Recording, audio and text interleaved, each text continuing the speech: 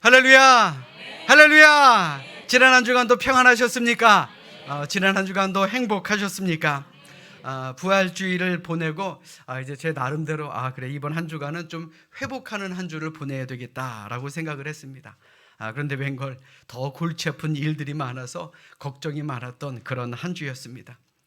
그래도 오늘 아침에 이제 곰곰이 생각을 해보니까 이 자리에서 여러분들을 다시 이렇게 만날 수 있는 것도 하나님의 은혜고, 우리가 하나님을 앞에 두고 우리가 예배를 할 수 있는 것, 이것이 가장 큰 은혜가 아니었나라는 그런 생각을 해봅니다.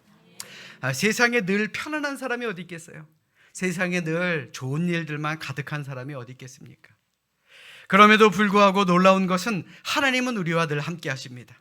아멘. 그리고 우리의 모든 것을 회복시켜 주시는 분입니다. 그러니 근심 걱정하지 마시고요, 이번 한 주간도 힘을 내어 승리하는 우리 모두가 되시기를 주님의 이름으로 간절히 축원합니다. 자, 우리 옆에 있는 분들 보면서 이렇게 인사합니다. 이번 한 주간도 힘을 냅시다. 자, 이번 한 주간도 힘을 내야 되는 건 당연하고요. 자, 우리 다시 한번 인사하겠습니다. 이번 한 주 더 큰 비전으로 삽시다. 그래요, 우리 모두가 이번 한 주간도 힘을 내어서 더 큰 비전을 바라보며 살아가는 우리 모두가 되시기를 주님의 이름으로 축원합니다. 찬양에는 힘이 있습니다. 아멘. 1992년 미국의 LA에서 흑인 폭동이 일어났죠. 그때 정말 뉴스였고 난리도 난리였는데, 미국으로 이민 간 한 사업가가 흑인이 쏜 총에 맞아서 이제 온몸이 마비가 되는 그런 일을 겪었습니다. 그래서 입만 움직일 수밖에 없던 그런 사람이었습니다. 한순간에 모든 것을 잃어버렸다라고 생각한 그는 희망 없이 살아갈 수밖에 없었죠. 그가 병원에 있던 중에 한 지인이 와서 그의 머리맡에 찬양을 틀어줍니다. 화가 나서 끄고 싶었지만 움직일 수가 있어야죠. 끌 수가 없었습니다.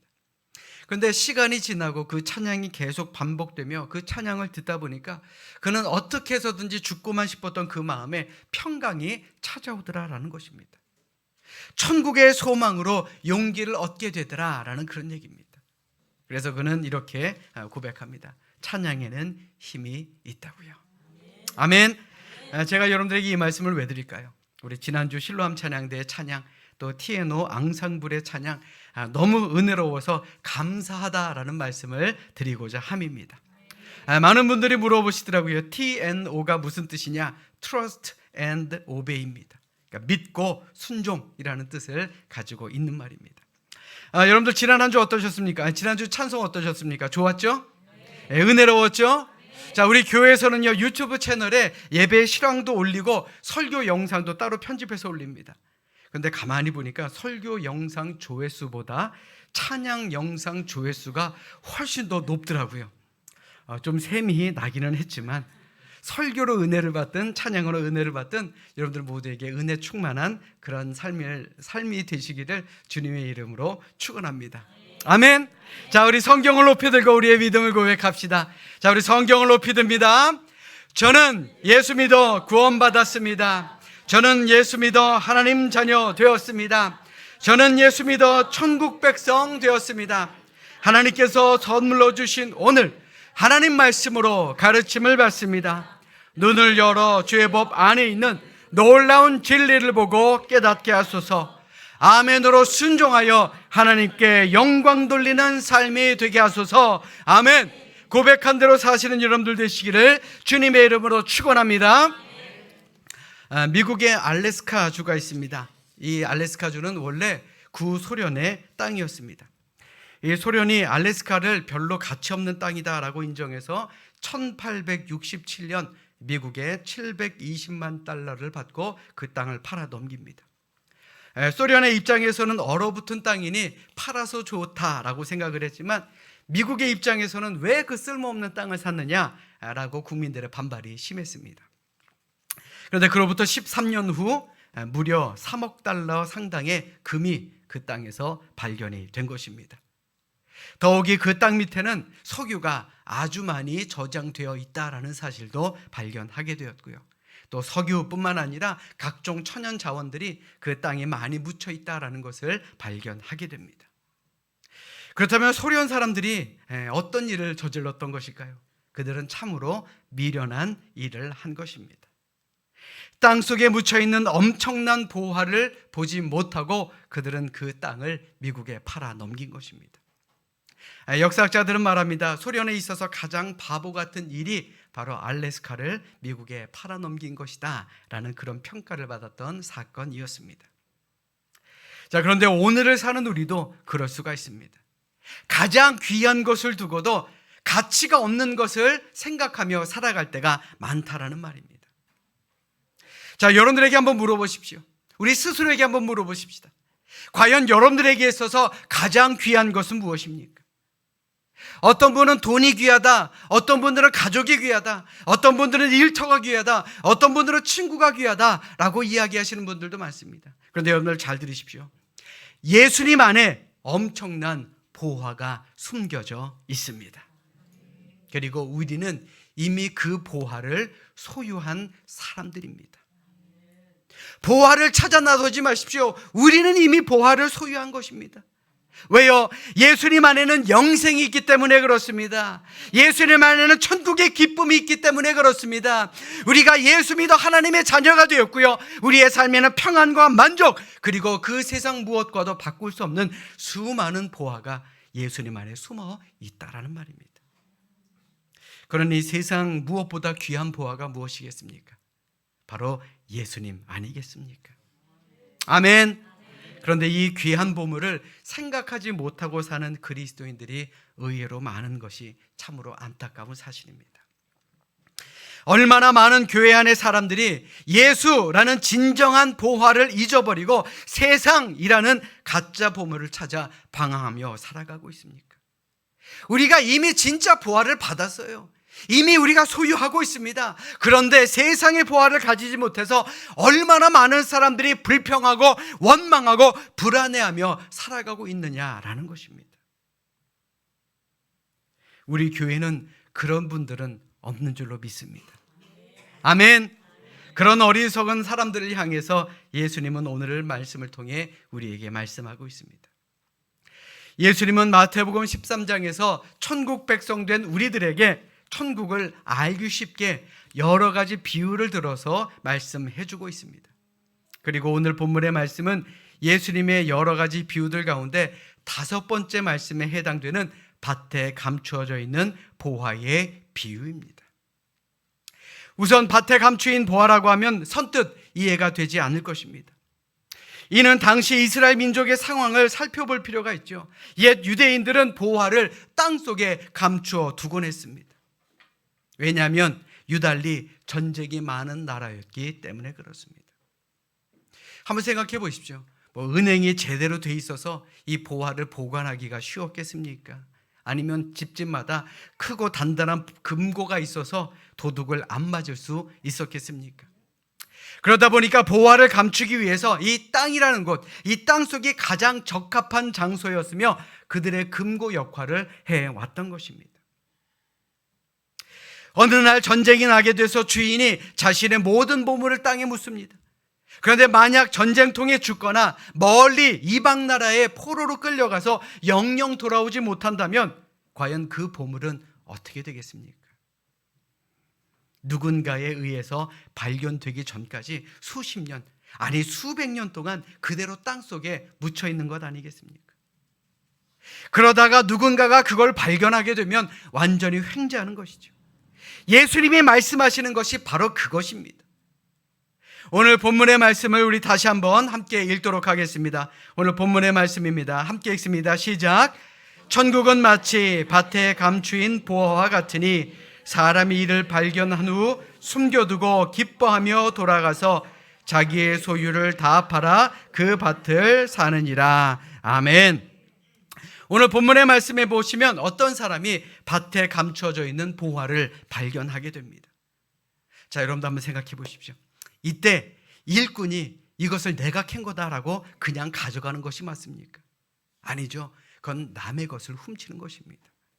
그렇다고 해서 발견한 보화를 이 밭 주인에게 가져다 주고 밭 주인이 주는 보상금만 받는다라고 한다면 이 사람은 미련하고 어리석은 사람일 것입니다. 그래서 이 사람은 어떻게 합니까? 일단은 발견한 보화를 아무도 모르게 다시금 깊숙이 그 밭에 숨겨둡니다. 그리고 집으로 돌아와서 자기의 소유를 다 팔고요, 그 밭을 사게 됩니다.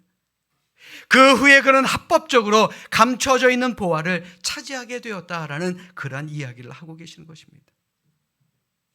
예수님은 제자들에게 말씀하십니다. 천국은 밭에 감춰져 있는 보화다라고 말입니다. 이 말은 천국의 첫 번째 특징, 바로 아무에게나 쉽게 발견되지 않는다라는 것을 말씀하고 있는 것입니다. 오늘 본문 이전 마태복음 13장 11절의 말씀을 보십시오. 천국의 비밀을 아는 것이 너희에게는 허락되었으나 그들에게는 아니 되었나니 라고 말씀합니다.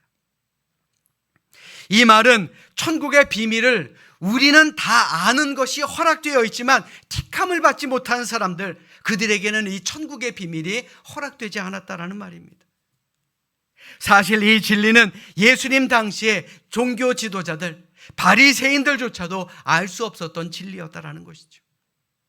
그 이유가 무엇입니까?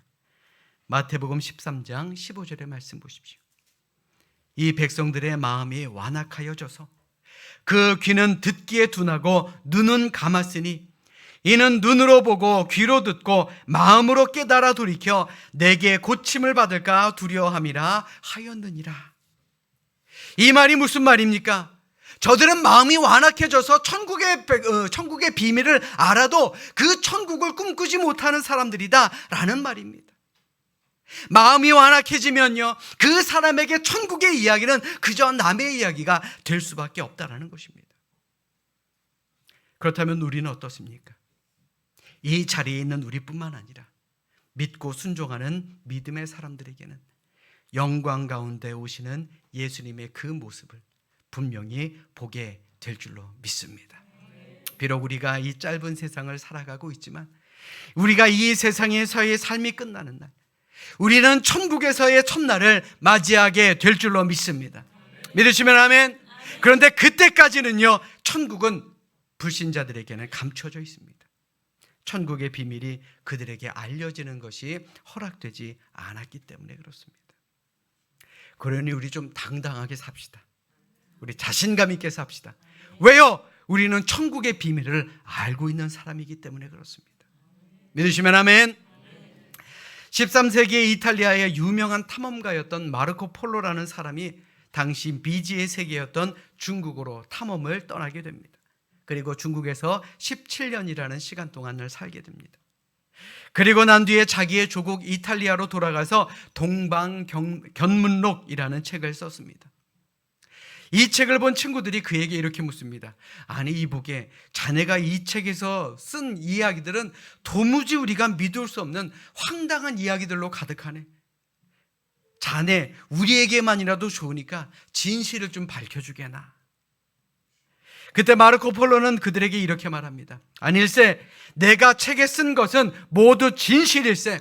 사실 나는 내가 보고 겪었던 것의 절반도 채 기록하지 못했다네 라고 이야기를 했다라는 것입니다. 사랑하는 여러분, 잘 들으십시오. 천국도 마찬가지입니다. 천국은 그저 상상으로 존재하는 곳이 아닙니다. 이 세상의 모든 것보다 귀한 보화로 가득 채워진 그런 곳입니다. 세상 사람들은 알 수 없습니다. 우리만 알 수 있는 그런 곳입니다. 우리가 상상할 수도 없는 그 수많은 만족을 채워주시는 곳임을 우리는 기억해야 합니다. 아니, 예수님이 거짓말 하실 분입니까? 아니죠. 예수님은 거짓말 하실 분이 아닙니다. 천국은 반드시 실제적으로 존재하는 곳입니다. 단지 믿지 않은 사람들, 택함을 받지 못한 사람들에게는 그것이 발견되지 않을 뿐입니다. 그러므로 택함받은 우리들에게만 천국의 비밀을 아는 것이 허락되었음에 감사하며 우리에게 주어진 천국의 여정, 최선을 다하며 잘 나아가는 우리 모두가 되시기를 주님의 이름으로 축원합니다. 그 예수님께서는 사람이 이를 발견한 후에 숨겨두었다라고 말씀하고 있습니다. 자, 천국의 두 번째 특징은요, 바로 숨겨져야 하는 곳이다라는 겁니다. 천국은 발견되는 곳과 동시에 숨겨져야 하는 곳입니다. 왜 숨겨두어야 합니까? 자기가 발견한 보화를 남에게 빼앗겨서는 안 되기 때문에 그렇습니다. 물론 천국이 빼앗길 수 있는 곳도 아니겠지만 남에게 양보하는 곳이 되어서야 하겠습니까? 남편이 교회에 다니지 않는 한 집사님께서 이런 말씀을 하셨습니다. 목사님, 저희 남편은 교회에는 다니지 않지만 저한테는 꼭 교회 가서 열심히 기도하고 오라고 해요 라고 이야기를 하는 겁니다. 좀 특이하죠? 자기가 교회를 안 다니면 가족도 교회 다니는 거 별로 안 좋아하는데, 그런데 나를 위해서 기도 좀 하라고 교회에 보낸다는 거예요. 그래서 제가 왜 그러냐라고 물어봤더니 저보고 교회 열심히 다니고 자기도 천국 근처라도 가게 해달라고 기도라도 하고 와라고 이야기를 했다라는 겁니다. 여러분 잘 생각해 보십시오. 천국 근처가 어딥니까? 천국이면 천국이고 지옥이면 지옥이지요. 우리가 자녀들에게도 가끔 하는 말이 있습니다. 너 나중에 결혼해서 너 닮은 애 낳아봐라. 엄마 아빠가 얼마나 고생하는지 알 거다라고 말입니다. 유아 교육을 하시는 분들은 이 말 절대로 하지 말라고 하던데 뭐 그게 마음대로 되던가요? 저도 우리 두 딸들한테 가끔 그런 얘기를 하긴 합니다만, 우리가 왜 그 얘기를 합니까? 자녀가 부모 마음을 몰라주니까 그런 거 아닙니까? 여러분들 잘 들으십시오. 천국도 마찬가지입니다. 천국에 다녀와 본 사람이 있으면, 혹은 지옥에 다녀와 본 사람이 있으면 지금 우리가 이렇게 살아갈 수 있겠느냐라는 것입니다. 왜 예수님이 계속해서 우리에게 천국에 대해서 말씀해 주고 있습니까? 천국은 너무나도 영화로운 곳이기 때문에 그렇습니다. 우리가 반드시 천국에 가야 하기 때문에 그렇습니다. 또 반대로 지옥은 우리가 가서는 안 되는 곳이기 때문에 그렇습니다. 예수님은 지옥의 비참함, 고통을 너무나도 잘 알고 계시기 때문에 우리에게 천국은 이런 곳이니 너희들은 꼭 가라 라고 말씀하는 것 아니겠습니까? 그래서 예수님께서는 산상수훈을 통해 우리에게 이렇게 말씀하십니다. 마태복음 5장 29절의 말씀. 만일 내 오른눈이 너로 실족하게 하거든 빼어내버리라. 내 백체 중 하나가 없어지고 온몸이 지옥에 던져지지 않는 것이 유익하다라고 말입니다. 이 말이 무슨 말입니까? 천국 가는 것이 있으면 눈이라도 뽑아버리라는 겁니다. 천국 가는 것을 방해한다라고 한다면 손이라도 자르라는 얘기예요. 어떻게 해서든 천국 가기를 원하신다라는 말입니다. 사랑하는 여러분, 예수님은 우리 모두가 천국 백성 되기를 원하십니다. 너무나도 영화로운 곳이기 때문에 그렇습니다. 그래서 예수님은 거듭거듭 천국에 대해서 알기 쉽게 우리에게 비유적으로 말씀해 주고 계십니다. 여러분들 어디 가고 싶으십니까? 천국 가고 싶으시죠? 자, 그러면 우리 흔들리지 맙시다. 아멘. 이 시간 바라기는 예수님께서 우리에게 소개시켜 주신 그 귀한 보화가 있는 천국을 남에게 빼앗기지 않는 우리 모두가 될 수 있기를 이 시간 주님의 이름으로 간절히 축원합니다. 그리고 마지막에 예수님은 기뻐하며 자신의 소유를 다 팔아 밭을 샀다라고 제자들에게 말씀하십니다. 자, 천국의 세 번째 특징이 뭡니까? 바로 기쁨으로 나의 모든 것을 다 들여서 사야 하는 곳이다 라는 말입니다. 예수님께서 말씀하신 그 천국은 우리의 삶의 기쁨의 원천이 됩니다. 우리로 하여금 상상할 수도 없는 그 기쁨을 주는 곳이 바로 천국입니다. 다시 말해 우리 마음속에 천국이 임하면 우리의 마음에는 남이 빼앗을 수 없는 절대적인 기쁨이 넘친다라는 사실, 우리는 이것을 늘 기억하며 살아야 할 줄로 믿습니다. 아멘. 이탈리아의 성자였던 프란치스코라는 분이 임종을 앞에 두고 있습니다. 제자들도 그 주위를 빙둘러서 그의 임종을 지켜보고 있습니다. 이제 막 숨을 거둘 때가 되었는데 갑자기 그가 어린아이와 같이 고함을 지르며 노래를 부르기 시작하는 겁니다. 사람들이 얼마나 놀랐겠습니까? 보다 못한 한 제자가 그에게 이렇게 말합니다. 아니 선생님, 지금 창밖에 수많은 사람들이 선생님의 임종을 지켜보고 있는데 이렇게 해서야 되겠습니까? 더 경건한 모습을 보여주며 천국에 가셔야 되지 않겠습니까? 그 소리를 듣고선 성 프란치스코가 이렇게 말합니다. 아, 미안하네. 내가 주책을 좀 떨었네. 그러나 내가 이제 곧 천국에 가서 꿈에도 그리던 예수님을 만나 뵌다는 사실을 생각하니까 너무나도 기뻐서 그 감격을 억제할 수 없는 것을 어찌 하겠는가. 이것이 바로 천국의 기쁨을 소유한 자들의 모습입니다. 우리가 본받아야 될 모습이고요, 우리가 가져야 할 모습입니다. 오늘 본문에 나타난 사람은 너무나도 기뻐서 자기가 가지고 있는 모든 소유를 다 팔았습니다. 그럼에도 불구하고 전혀 아까운 생각이 들지 않았을 것입니다. 왜요? 더 귀한 게 숨겨져 있었기 때문에. 이는 마찬가지입니다. 천국의 기쁨을 마음속에 소유한 사람은 세상적인 것, 이 세상이 유한한 것 때문에 연연해하지 않음을 믿으시기를 주님의 이름으로 간절히 축원합니다. 여러분들은 무엇을 바라보며 사십니까? 천국 바라보며 삽시다. 천국의 모든 소망을 두며 살아가는 우리 모두가 되시기를 주님의 이름으로 간절히 축원합니다. 아멘. 어느 책에 이런 이야기가 있었습니다. 어느 마을에 두 소녀가 조개를 줍고 있었습니다. 갑자기 눈앞에 크고 예쁜 조개가 나타납니다. 이 두 소녀는 동시에 그 조개를 집었습니다. 그리고 내가 먼저 봤으니 내 거야, 아니야 내가 먼저 손이 갔으니 내 거야 라고 자신의 주장을 하게 됩니다. 결국 힘이 세고 고집이 센 아이가 그 조개를 차지했죠. 예쁜 조개를 빼앗긴 아이의 심정은 어땠겠습니까? 당연히 언짢았겠죠. 그래서 마음이 상한 이 두 아이는 서로 말도 하지 않고 다른 방향으로 가며 조개를 줍기 시작합니다. 그런데 조개를 빼앗긴 아이의 눈이 갑자기 빛이 나기 시작합니다. 뜻밖에도요, 조개의 진주를 발견하게 된 것입니다. 진주를 발견한 아이는 이 진주를 얼른 자기의 품에 넣습니다. 얼마나 기뻤겠습니까? 그리고 그 아이는 자신의 친구에게 다시금 돌아갑니다. 그리고 다정스럽게 말을 걸면서 다시금 함께 조개를 줍기 시작합니다. 자, 그런데 또다시 크고 예쁜 조개가 나타납니다.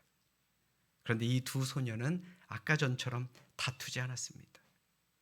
왜냐하면 진주를 발견한 소녀가 기꺼이 예쁜 조개를 자기의 친구에게 양보했기 때문에 그렇습니다. 여러분들 잘 들으십시오. 세상의 기쁨을, 천국의 기쁨을 마음속에 소유한 사람은 그까짓 세상의 것 때문에 마음 아파하지 않습니다. 예수님은 이러한 모습이 우리의 모습이 되기를 바라고 원하시고 계신다라는 것입니다. 아멘. 아멘. 뿐만 아니라 예수님은 오늘 본문을 통해 우리가 천국을 소유하기 위해서는 그 어떤 대가라도 지불해야 하는 그런 결단이 있어야 함을 우리에게 말씀해 주고 있습니다. 오늘 본문을 잘 보십시오. 그가 돌아가서 자기의 소유를 다 팔아서 그 밭을 샀다라고 말씀하고 있습니다. 왜요? 그 보화가 너무나도 소중하고 너무나도 귀하고 너무나도 값진 것임을 그는 알았기 때문에 그렇습니다. 천국이 소중합니까? 천국이 우리에게 가장 소중한 것입니까? 우리가 믿음 생활을 왜 합니까? 천국 가려고 하는 것 아닙니까? 그렇다면 우리 이 세상에서의 모든 희생을 지불할 각오가 되어 있다라는 그런 마음을 가져야 한다는 것입니다. 아멘. 예수님의 제자들을 한번 생각해 보십시오. 그들도 천국을 소유하기 위해 자신의 모든 것을 다 내어놓았습니다. 베드로와 그의 형제들도 예수님을 만나자마자 자신의 전 재산이었던 배와 그물을 버려두고 예수님을 따르지 않았습니까? 사도 바울도 마찬가지였습니다. 그가 예수님을 만나기 전에 소유했던 것 참으로 대단한 것이었습니다. 빌립보서 3장 5절로 6절의 말씀해 보시면 그가 어떤 사람이었다라는 것을 우리에게 말씀해 주고 있습니다. 나는 8일 만에 할례를 받고 이스라엘 족속이요 베냐민 지파요 히브리인 중에 히브리인이요 율법으로는 바리새인이요 열심으로는 교회를 박해하고 율법의 의로는 흠이 없는 자라. 이것이 의미하는 것이 무엇입니까? 예수님을 만나기 전에 사도 바울은 세상에서 가장 대단한 그런 사람이었다라는 말입니다. 그런데 이제는 어떻습니까? 예수 그리스도 안에 있는 참된 보화를 발견하고 난 후에 그는 과거 자신의 모든 것을 다 팔아버렸습니다. 빌립보서 3장 7절로 9절의 말씀 자막으로 준비했으니 우리 큰 소리로 함께 읽도록 하겠습니다. 함께 읽습니다. 시작.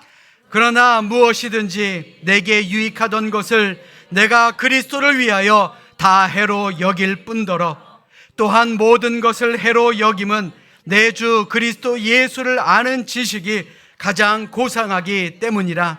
내가 그를 위하여 모든 것을 잃어버리고 배설물로 여김은 그리스도를 얻고 그 안에서 발견되려 함이니, 내가 가진 의는 율법에서 난 것이 아니요 오직 그리스도를 믿음으로 말미암은 것이니 곧 믿음으로 하나님께로부터 난 의라. 아멘. 아멘. 한마디로 사도 바울은 예수 그리스도 안에서 그가 그토록 찾던 보화를 발견하게 된 것입니다. 바울은 그 보화를 소유하기에 과거에 내가 세상에서 가지고 있었던 모든 자기의 소유를 다 팔아버리고 예수님을 찾고 그리고 천국 백성이 될 수 있었다라는 것입니다. 이러한 결단이 우리 모두에게도 있을 수 있도록 우리 세상의 모든 것에 연연해하지 않기를 주님의 이름으로 간절히 축원합니다. 물론 우리가 세상 속에 살아가는 사람이죠. 그러다 보니 세상에서 소유해야 될 것들도 당연히 있습니다. 돈도 필요합니다. 저도 돈이 필요합니다. 그리고 명예도 필요하죠. 특별히 목사들은 명예를 위해서 일할 때가 많잖아요. 그리고 권력도 필요합니다. 또 세상의 것을 소유해야 내가 선한 영향력을 끼칠 수 있다라고 생각하기도 합니다. 그러나 세상 무엇보다도 천국을 소유한 것을 자랑하며 사는 우리 모두가 되시기를 주님의 이름으로 축원합니다. 자, 우리 옆에 있는 분들 한번 바라보십시오. 자, 천국을 소유한 사람처럼 보이나요? 아니오가 들린 것 같아요. 순간 아니오라고 들린 것 같아요. 아멘. 자, 우리 천국을 소유한 사람들은요, 이 세상에 연연해하지 않습니다. 물론 이 세상의 것도 필요하죠. 그러나 하나님 바라보며 천국 바라보며 사는 사람, 그 사람은 마음의 평안함이 넘치게 될 줄로 믿습니다. 그러므로 이 시간 진정으로 바라기는 오늘 본문에 나타난 사람이 감추인 보화를 발견하고 기쁨으로 자기 집으로 돌아가 자기의 소유를 다 팔고 그 밭을 사 보유하를 차지했듯이 오늘 사는 우리도 늘 마음속에, 늘 삶 속에 천국을 발견하고 천국의 기쁨으로 살아가며 우리 천국 백성 되는 그러한 마지막 날을 맞이하는 우리 모두가 될 수 있기를 주님의 이름으로 간절히 축원합니다. 자, 우리 옆에 있는 분들을 바라보면서 이렇게 인사합니다. 천국에서 만납시다. 자, 근데 천국에서 만나기 전까지는요, 건강하셔야 됩니다. 자, 우리 다시 한번 인사하겠습니다. 건강하게 천국에서 만납시다. 그래, 우리 천국 잃어버리지 마시고 건강하게 천국에서 만나는 그런 믿음의 사람들, 천국 백성들로 살아가시기를 주님의 이름으로 축원합니다. 축원합니다.